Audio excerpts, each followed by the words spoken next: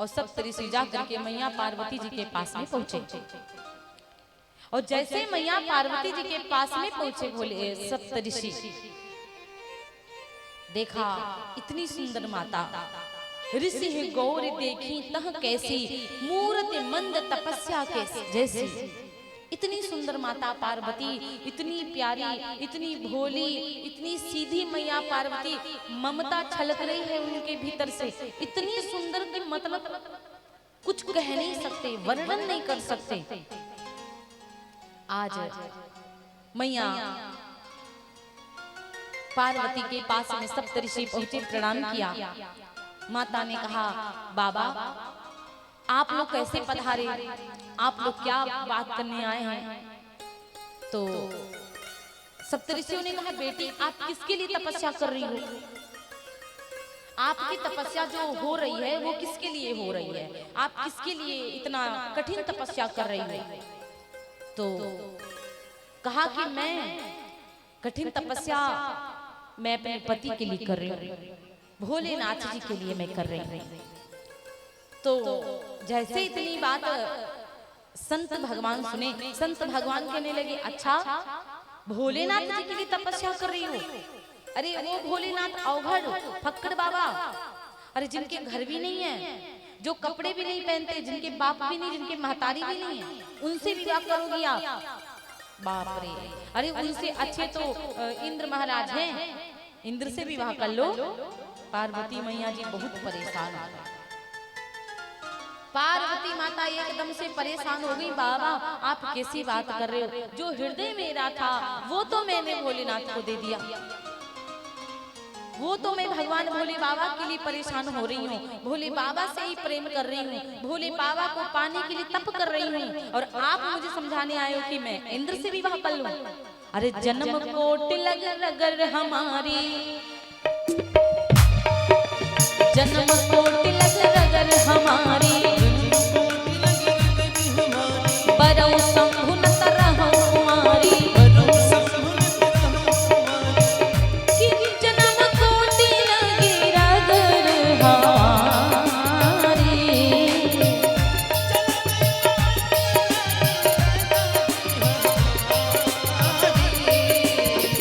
बरौ शंभु न तरहु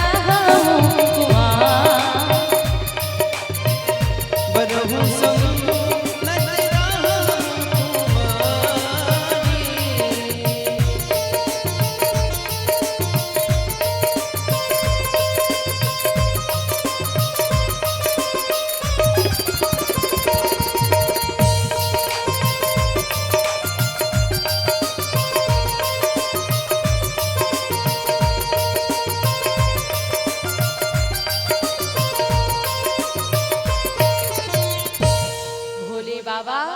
आज पार्वती मैया ने संतों से कहा कि जन्म कोटि लग अगर हमारी, करोड़ों जन्मों तक के, करोड़ों जन्मों तक के मेरी जिद लगी रहेगी, मेरी रगर, मेरी तपस्या करती रहूंगी मैं, लेकिन एक बात मैं कहूं, अगर विवाह करूंगी तो पति भोले बाबा को बनाऊंगी, वरना किसी और से नहीं करूंगी। या तो मैं किसी से करूंगी नहीं विवाह, अगर करूंगी तो भोले बाबा के संग करूंगी। आज जगदम्बा माता ने कहा कि नारद जी ने कहा था कि भोले बाबा बहुत ही अच्छे हैं, नारद बाबा की बात में मानती हूँ, वो मेरे गुरु भगवान बन गए। उन्होंने मुझसे कहा था कि आप तपस्या करो, और मैंने नारद जी के बारे में सुना है कि नारद जी जिसको मिल जाए और शिक्षा दे दे, ज्ञान दे दे, तो भगवान की प्राप्ति अवश्य होती है, जैसे ध्रुव जी को दिया था। इसलिए महाराज मैं नारद जी की बात की उल्लंघना नहीं कर सकती, उनकी बात को कदापि नहीं काट सकती। मैं नारद जी की बात को जरूर जीवन में बिठाकर विवाह करूंगी, बाबा भोलेनाथ के संग करूंगी, अन्यथा कुंवारी रहूंगी। आज संत बड़े प्रसन्न हो गए। भग भये मगन शिव तुरत स्नेहा, हरसि सप्त ऋषि गावने गेहा। सप्तऋषि भगवान भोले बाबा के पास आकर जितनी भी बात पार्वती माता की थी सब भोले बाबा जी को समझाई। भोले बाबा जी बड़े प्रसन्न हो गए। भोले बाबा जी तुरंत आए, भोले बाबा के पास सप्तऋषि तुरंत पधारे। सप्तऋषियों ने कहा, बाबा आपको विवाह करना ही पड़ेगा। जो तपस्या माँ कर रही है ना, जो मेहनत माँ कर रही हैं, वो सचमुच वो सती माँ नहीं करती। सती माता का स्वभाव अलग था, वो थोड़ा सा जिद्दी स्वभाव की थी, वो जल्दी बात नहीं मानती थी। लेकिन ये जो पार्वती माता है, ये बहुत सरल स्वभाव की हैं। इनको बहुत जल्दी गुस्सा आता ही नहीं है, इसलिए आपको उनसे विवाह करना ही पड़ेगा। अब देवता भोले बाबा जब ये बात सुनते हैं तो बड़े प्रसन्न हो गए कि ठीक है भाई, सती जी बहुत अच्छे हैं, सती जी पार्वती जी बहुत अच्छी हैं, तपस्या मेरे लिए की हैं तो कर लूंगा विवाह। लेकिन इतना कहकर फिर से तपस्या में लग गए बाबा। इतना कहने के बाद बाबा फिर से तपस्या करने लगे। और जैसे बाबा जी तपस्या करने लगे, इतना कहने के बाद में महाराज, तो कहा जाता है कि देवताओं को अच्छा नहीं लगा। देवता विचार करने लगे, इतनी बताओ, राम जी ने कोशिश किया तब जगा पाए। अब राम जी के बाद में सप्तऋषि पहुंचे, उन्होंने भी बताया भोलेनाथ को। अब भोले बाबा फिर से मगन हो गए तपस्या में। अब क्या करूं? जैसे ये बात सप्तऋषि चले गए, देवता सोचने लगे। देवताओं ने क्या किया, कामदेव जी को भेजा। कामदेव जी से कहा कि कामदेव, भोले बाबा फिर से तपस्या करने लगे हैं, इनकी तपस्या को मैं छोड़ नहीं सकता ना, ठुकरा नहीं सकता, इनकी तपस्या को विघ्न नहीं कर सकता, आप जाओ तपस्या भंग करने। और जब तक ये तपस्या से नहीं निकलेंगे बाहर, तब तक ये विवाह नहीं करेंगे। कामदेव बहुत डर गया भोले बाबा जी का नाम सुन के। कामदेव ने कहा, मैं नहीं जाऊंगा, अगर मैं जाऊंगा तो मुझे भस्म कर देंगे, मेरी मृत्यु हो जाएगी। तो तुम लोग जाओ, तुमको स्वार्थ है, हमें कोई स्वार्थ नहीं है। अच्छा, देवता लोग इतनी कोशिश क्यों कर रहे हैं? क्योंकि देवताओं को परेशान कर रहा है एक राक्षस। उस राक्षस का नाम था तारकासुर। और तारकासुर नाम का राक्षस इतना देवताओं को व्याकुल करके रखा है महाराज, कि भगवान भोले बाबा को तपस्या से उठाने के लिए कामदेव का सहारा ले लिया।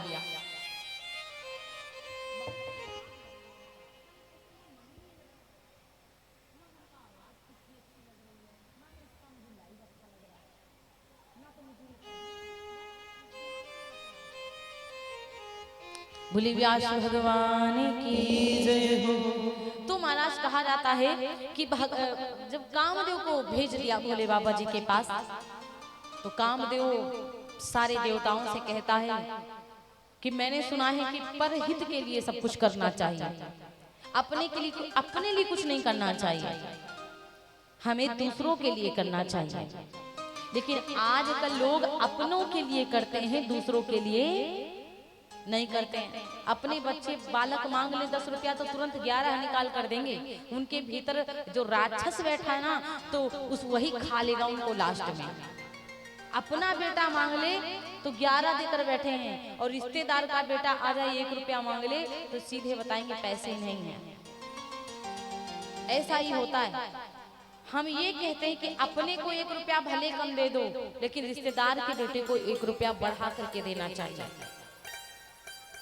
और महाराज कहा जाता है कि अपने हित के लिए काम नहीं करना चाहिए, दूसरे के लिए काम करना चाहिए। जो खुद कमाए खुद खाए तो वो इंसान कैसा है? वो तो जानवर है, क्योंकि जानवर खुद ही खाते हैं उठा उठा के दाना, किसी और को क्या, केवल बच्चे को अपने देते हैं जानवर।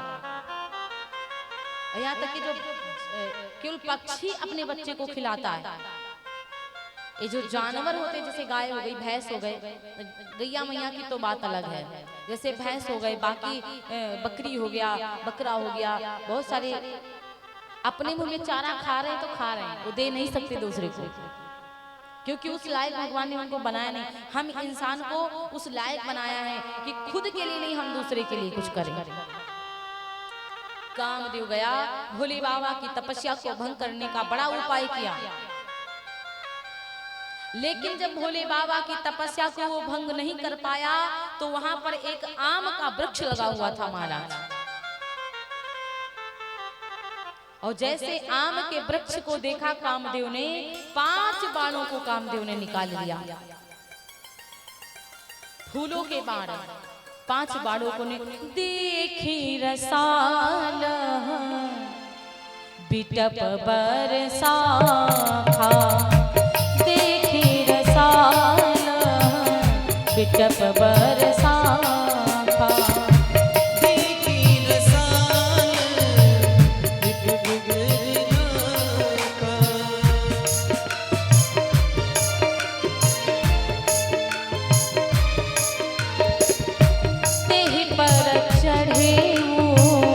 मदन मन माखा, तेहि पर चढ़े मदन मन माखा। सुमन चाप निज सर संधाने, सुमन चाप निज सर संधाने। अतिरिसता के श्रवण लगता, अतिरिसता के श्रवण लगता।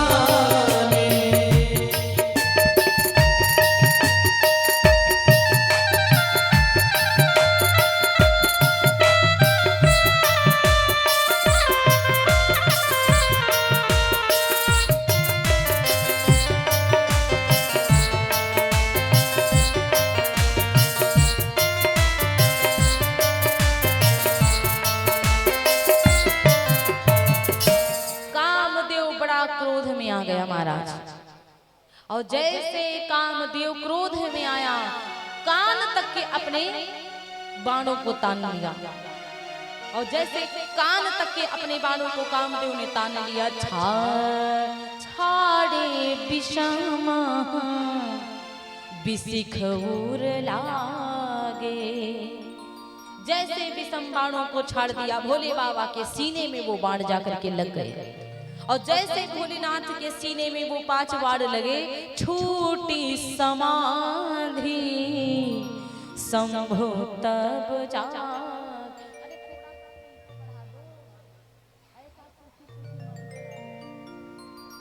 5 बाणों को भोले बाबा के हृदय पे छाड़ दिया। और जैसे भोलेनाथ के हृदय पे 5 बाण लगे महाराज, भोले बाबा की तपस्या भंग हो जाती है। भोले बाबा की तपस्या भंग हुई, बाबा को बड़ा क्रोध आया। भोलेनाथ ने देखा, इधर उधर कुछ दिखाई नहीं पड़ा।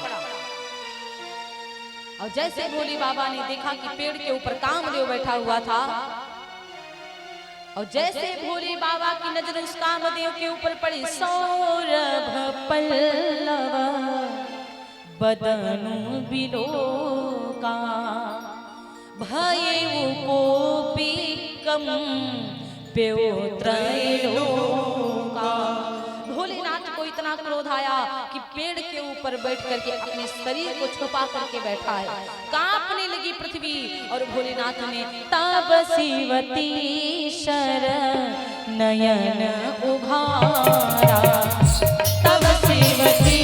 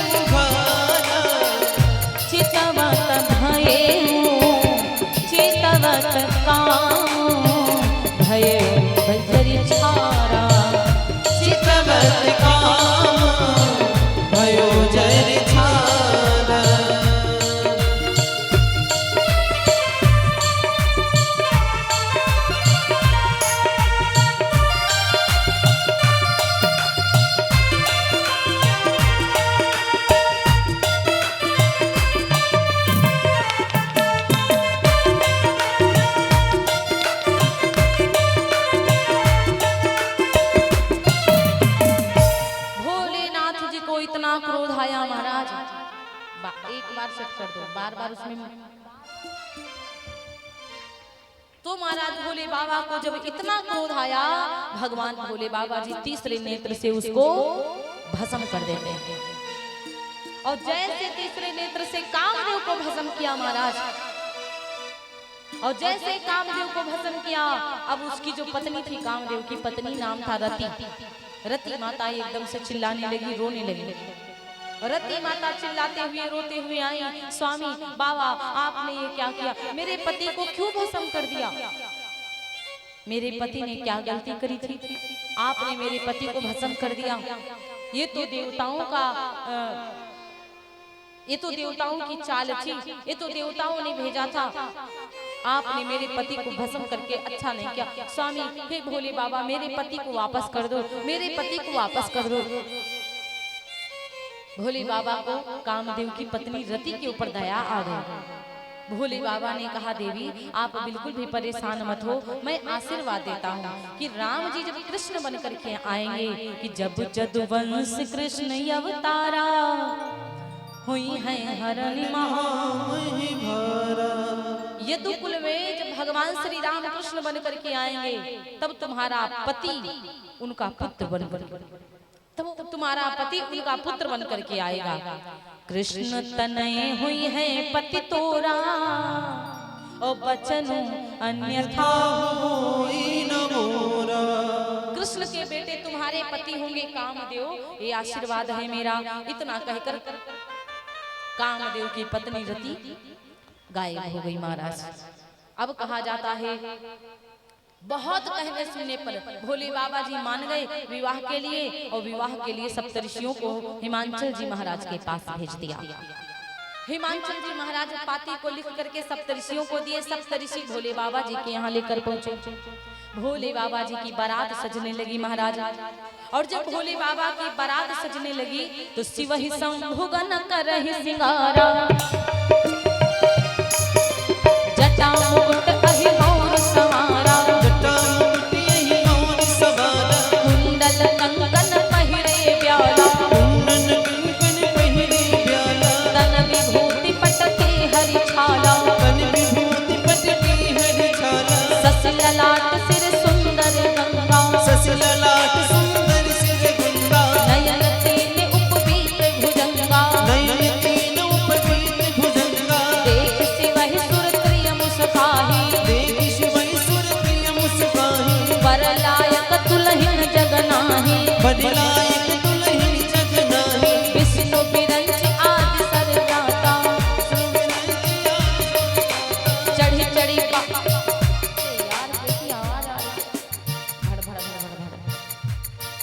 हरे विष्णु बिरंच आदि सुर प्राता, चढ़ी चढ़ी वाहन चले बराता, वर अनुहार बरात न भाई, हंसी करई हो पर पुर जाई, हंसी करई हो पर पुर जाई, हंसी करई हो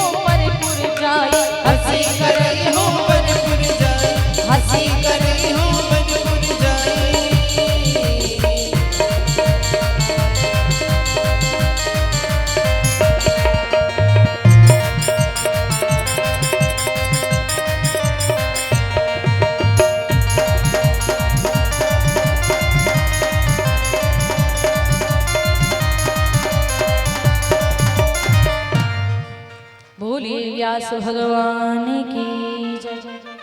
भगवान भोले बाबा को सब देवता मिलकर तैयार किए, राक्षसियां मिलकर तैयार करती हैं। कान में कुंडल जानते हो, सांप के अजगर के कुंडल पहने बाबा। मोर बांधने लगी तो कहने लगी मैं ऐसा मोर नहीं पहनता। भोले बाबा बोले ऐसा मोर नहीं पहनता जो उतारना पड़े, ऐसा मोर पहनाओ जो कभी ना उतारना पड़े। बड़े बड़े मोटे मोटे इतने इतने अजगर लेकर के आए, मोर में लपेटना प्रारंभ किया। बड़े बड़े पतले पतले सांपों को लेकर के आए, हाथ में लपेटना प्रारंभ किया।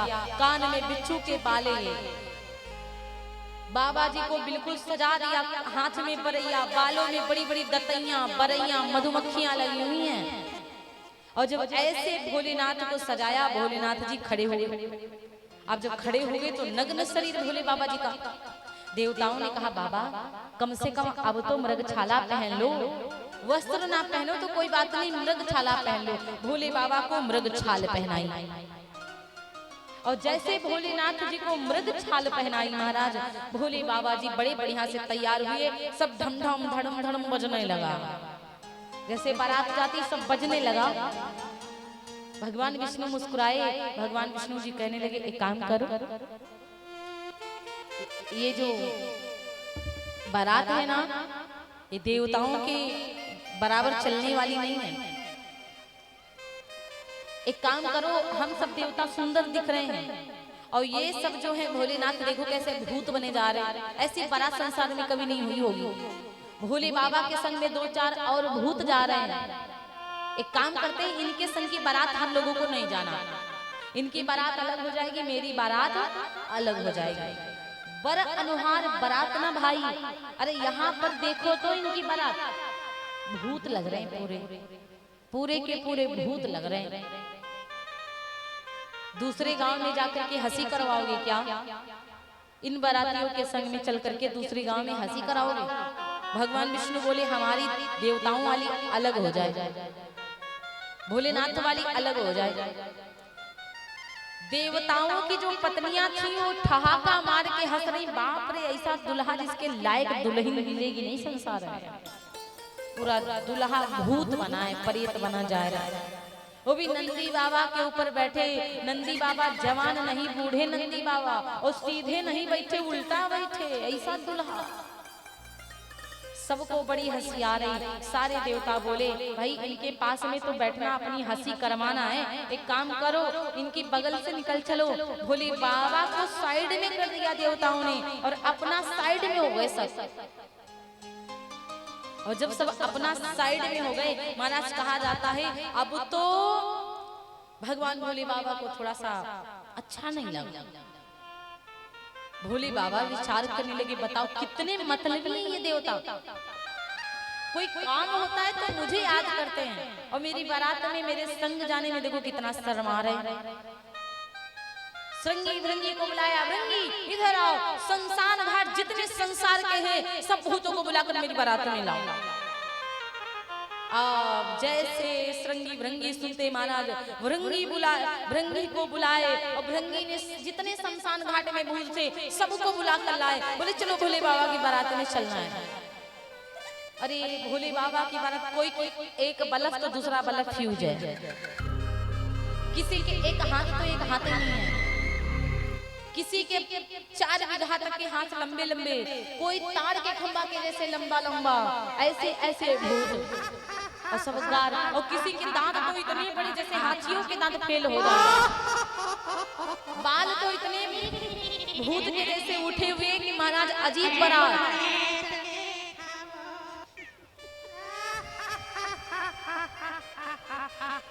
ऐसी बारात महाराज की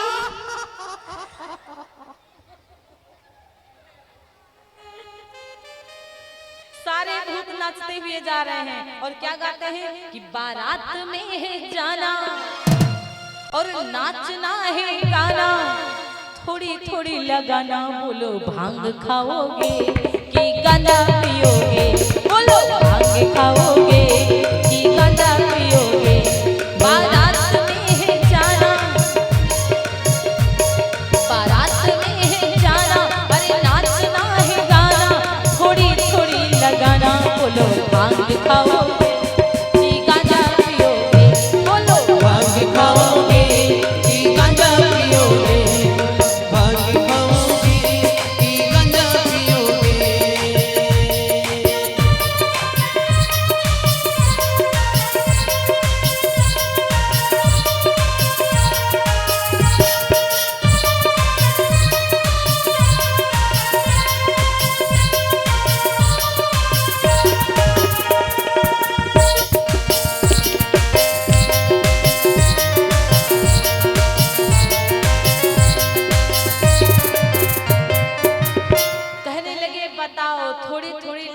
बोलो भांग खाओगे कि गांजा पियोगे।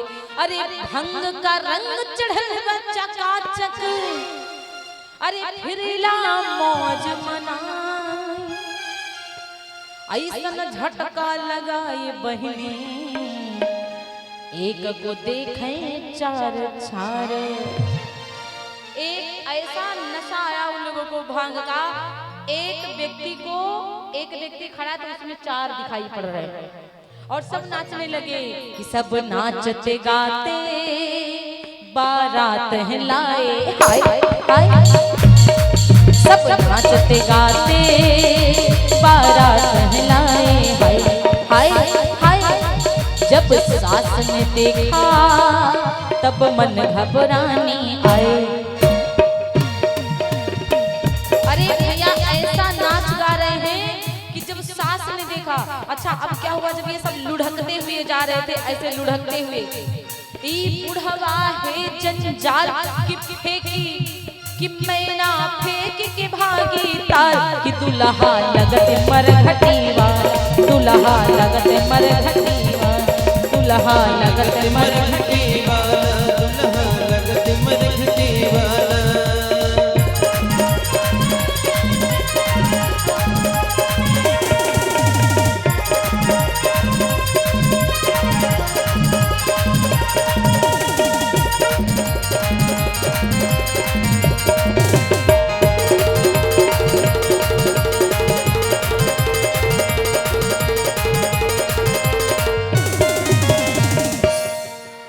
महाराज कहा जाता है भगवान देवताओं की बारात अलग थी।